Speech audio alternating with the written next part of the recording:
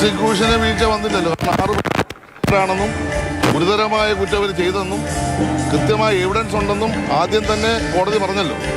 അപ്പോൾ അതിനകത്ത് കുറ്റമില്ല, പ്രോസിക്യൂഷൻ ചെയ്യേണ്ട കാര്യം ചെയ്തു. എന്നാൽ എന്തുകൊണ്ടാണ് പരമാവധി ശിക്ഷ കിട്ടാഞ്ഞത് എന്നതിനെ സംബന്ധിച്ചാണ് നമുക്ക് സംശയം.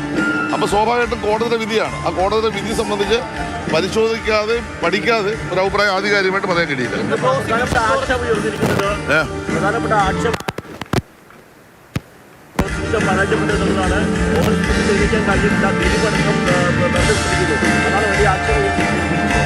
നമ്മുടെ പല കേസുകളിലും പലതരത്തിലുള്ള വിധികൾ വന്നിട്ടുണ്ട്. ഞാൻ ഇവിടെ പറയുന്ന കാര്യം അതിജീവിതയ്ക്ക് നീതി കിട്ടിയോ എന്ന ചോദ്യമാണ്.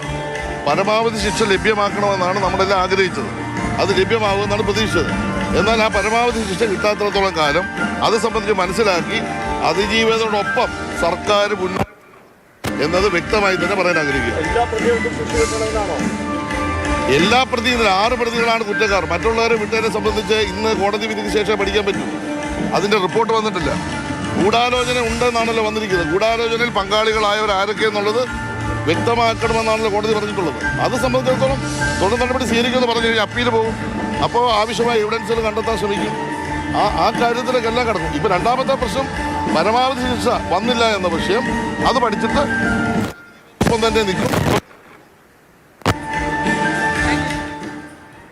ശരി, മന്ത്രി സജി ചെറിയാൻ്റെ പ്രതികരണമാണ് നമ്മൾ കേട്ടത്. കൂടുതൽ ആ കാര്യങ്ങളെക്കുറിച്ച് പരമാവധി ശിക്ഷ കിട്ടുമെന്നാണ് പ്രതീക്ഷ. അത് എന്തുകൊണ്ടുണ്ടായില്ല എന്നത് വിധിന്യായം കൂടുതൽ പഠിച്ചാലേ പ്രതികരിക്കാൻ കഴിയുമെന്നാണ് മന്ത്രി വ്യക്തമാക്കുന്നത്. നമുക്ക്